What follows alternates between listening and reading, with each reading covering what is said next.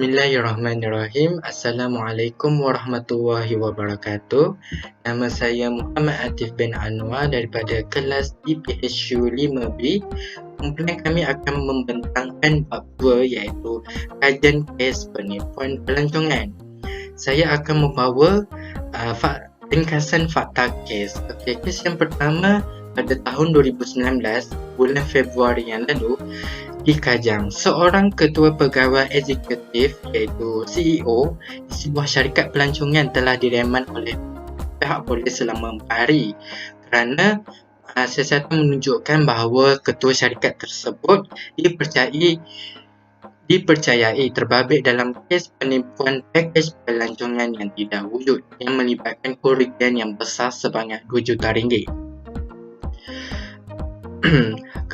Penolong pendaftar Mahkamah Majistret Kajang iaitu Sharifah Fazilah Zulkifli telah mengeluarkan perintah reman mengikut Seksyen 420 Kanun Kesiasaan kerana menipu. Berdasarkan laporan, mangsa telah memasukkan wang berjumlah RM27,133 ke dalam akaun bank milik syarikat pelancongan suspek selepas dijanjikan penerbangan dan percutian ke Turki dan Paris pada 7 Februari lalu pada tahun 2019.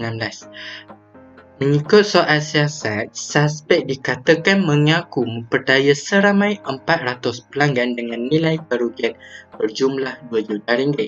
Seramai 300 individu telah melaporkan diri mereka bahawa mereka didakwa ditipu hampir RM2 juta oleh sebuah syarikat agensi pelancongan yang telah membatalkan tiket penerbangan pada saat akhir tempahan mereka ke Eropah. Semua mangsa menyatakan mereka diperdaya melalui iklan di Facebook yang menyatakan yang telah menawarkan pakej pelancongan yang murah ke Turki, Paris dan Center. Oleh itu, mangsa-mangsa yang ditipu telah menyerbu pejabat syarikat berkenaan di Central Business Park kerana tidak berpuas hati serta menuntut penjelasan selain pengambilan wang. Seterusnya kita akan beralih kepada ringkasan fakta kes kedua.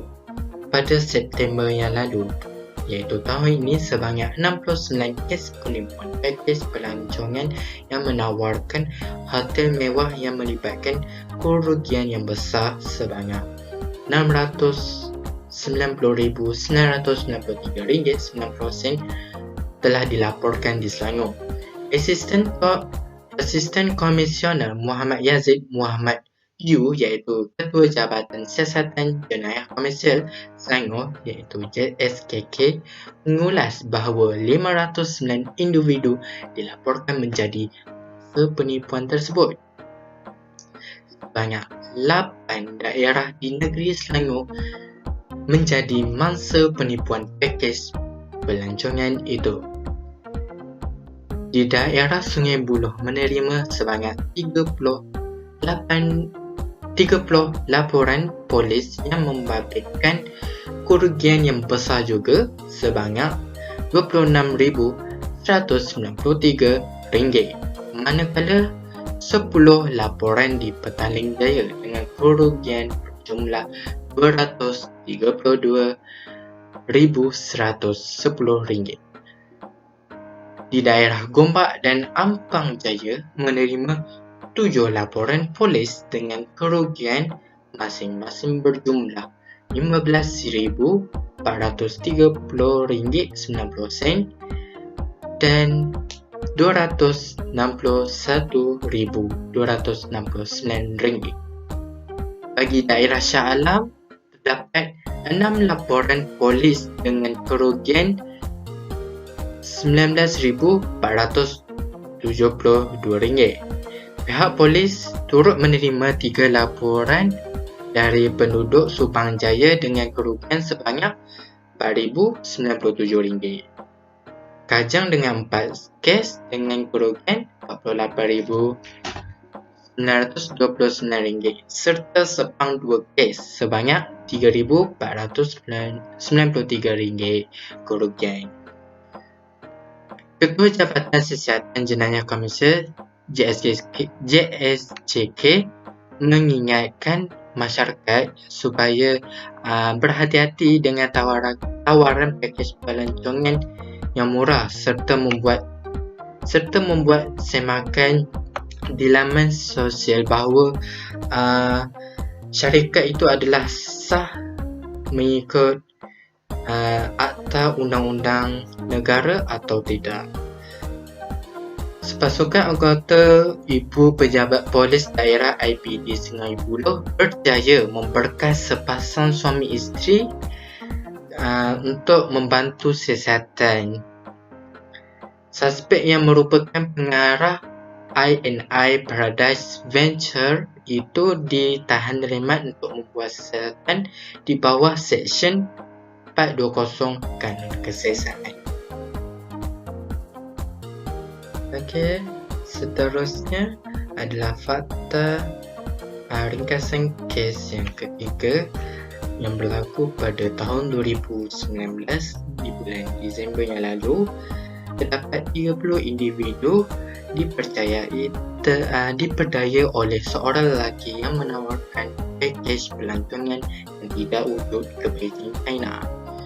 Pretenden Muhammad Wazir Muhammad Yusof dari Ketua Jabatan Siasatan Jenayah Komersial JSJK Negeri mengatakan daripada laporan polis, seorang mangsa berusia 37 tahun ditawarkan pakej pelancongan ke Beijing oleh seorang lelaki pada tahun 2018. Mangsa mencari beberapa kenalannya untuk join pelancongan tersebut. Pelancongan tersebut dengan harga pakej dengan masing-masing dengan berharga RM1,990 bagi dewasa dan RM1,650 bagi kanak-kanak. 30 orang peserta itu bersetuju untuk menyertai pakej tersebut. Pembayaran dibuat bermula tahun 2018 sehingga Disember 2019 melalui dua cara, iaitu kutipan wang atau melalui deposit tunai ke dalam akaun bank milik padu ataupun milik mangsa lah. Kemudian kesemua wang yang perlu dikumpulkan oleh mangsa dimasukkan ke dalam akaun sebuah syarikat yang kononnya menguruskan pakej pelancongan ke Beijing tersebut. Tapi semua urusan dibuat melalui seorang ejen syarikat berkenaan. Mangsa telah memasukkan wang berjumlah RM56,360 kepada syarikat itu bagi lawatan ke Beijing. Pada 9 Disember 2019, ejen syarikat berkenaan menghantar satu pesanan melalui grup WhatsApp rombongan yang akan pergi ke Beijing, China, mengatakan lawatan itu tidak dapat diteruskan atas kegagalan mentadbir kewangan oleh mangsa tersebut. Kemudian mangsa suspek berjanji untuk memulangkan semula wang itu secara berperingkat selama 3 bulan atau meneruskan lawatan tersebut pada bulan Mac 2000. Mangsa yang mengalami keadaan tersebut tidak berpuas hati, kemudian membuat laporan polis di Ibu Pejabat Daerah IPD Maran. Kesihatan mengikut Seksyen 420 Kanun Kesiasatan kerana menipu. Kes tersebut dibawa ke Seksyen 420 Kanun Kesiasatan kerana pakej pelancongan itu telah menipu seramai 30 peserta dan telah membuat bayaran. Bagi hukuman yang diperuntukkan adalah penjara 10 tahun dan sebat serta boleh didenda harga disabit alahan.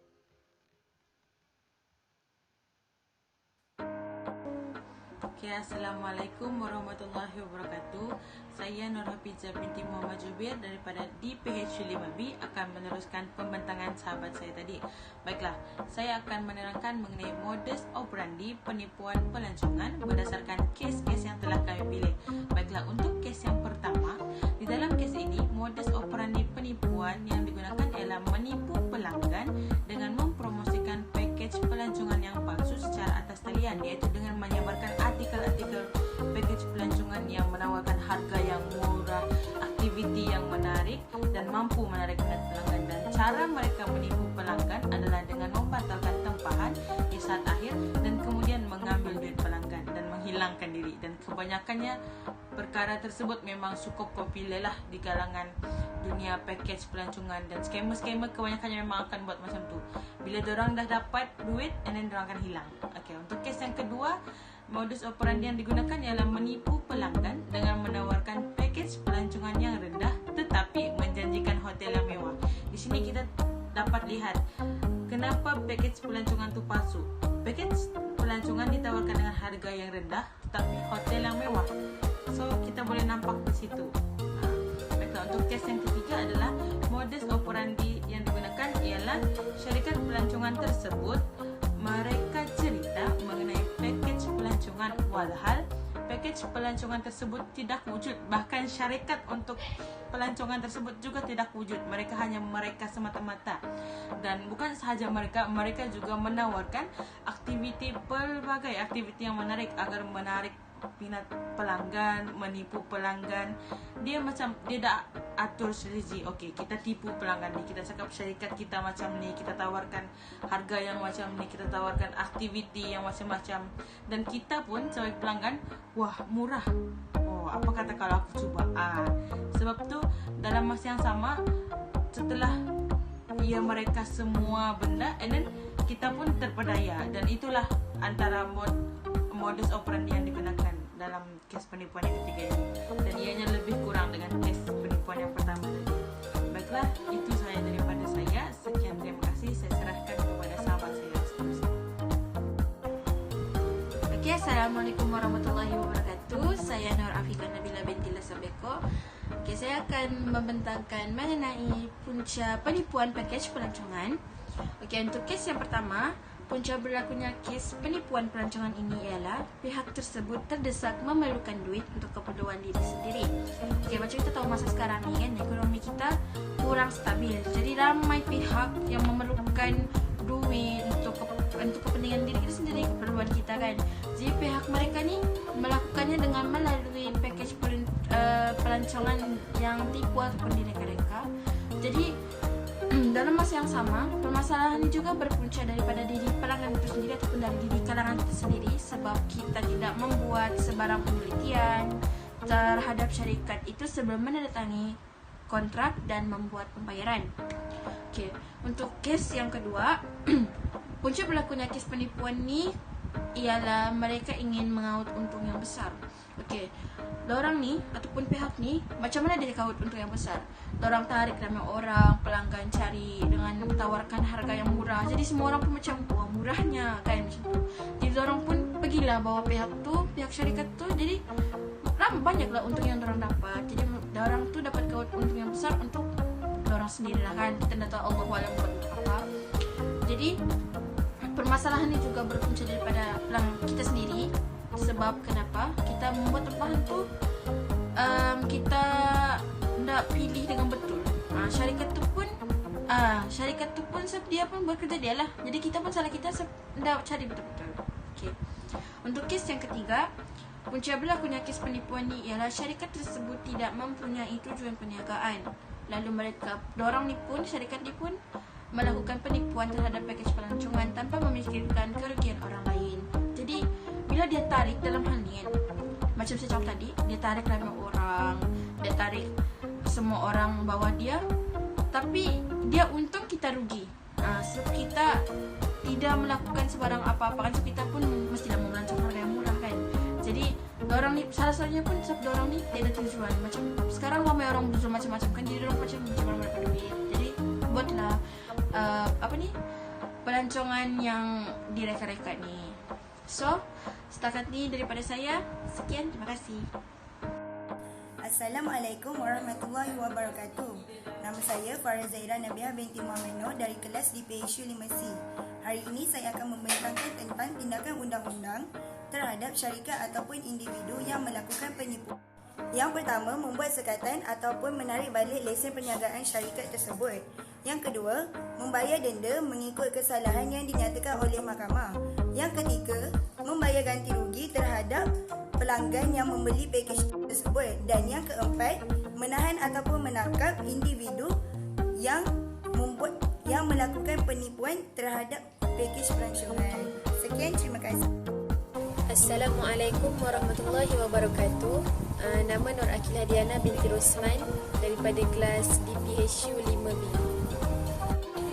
Berdasarkan tajuk kami iaitu kes penipuan pelancongan, jadi saya akan membincangkan 5 cadangan praktikal untuk mengatasi kes penipuan pelancongan.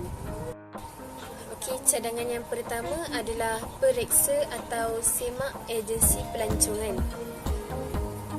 Kebiasaannya, pelbagai penawaran yang disediakan oleh setiap agensi pelancongan.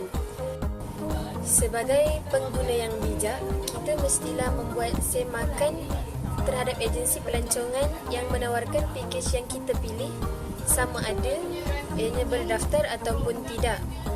Sebaiknya, kita perlulah memilih agensi pelancongan yang mempunyai reputasi yang baik. Kita juga boleh mencuba agensi pelancongan berdasarkan saranan keluarga dan rakan yang pernah menggunakan khidmat agensi pelancongan tersebut. Cadangan praktikal yang kedua adalah gunakan insurans perjalanan. Seperti yang kita tahu, insurans merupakan satu kepentingan bagi setiap pelancong yang ingin melancong. Insurans perjalanan merupakan satu dokumen yang sangat diperlukan apabila berlakunya hal kecemasan. Sebagai contoh, kemalangan ketika melancong.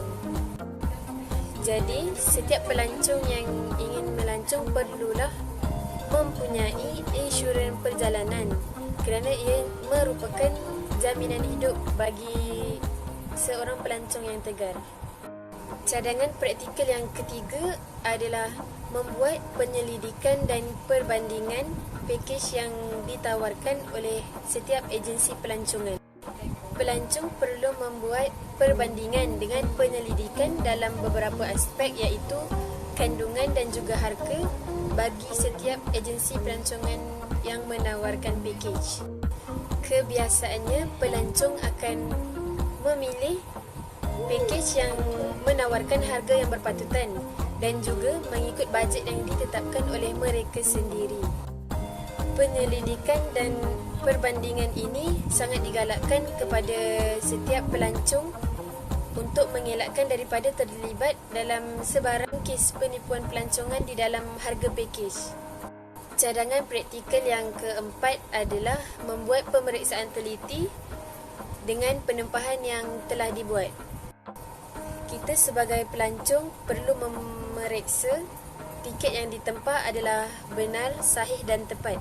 Kebiasaannya, langkah ini dibuat dalam penempahan kenderaan, contohnya seperti kapal terbang.